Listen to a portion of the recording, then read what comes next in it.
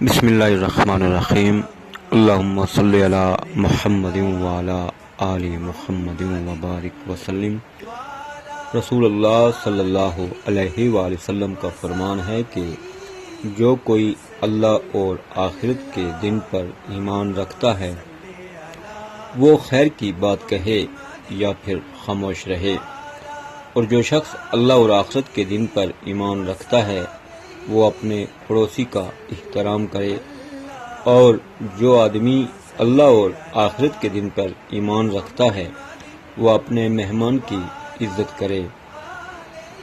سرسبز اور شاداب رہے وہ چہرہ جو رسول اللہ کا فرمان سنے اور پھر اسے آگے دوسرے لوگوں تک پہنچائے۔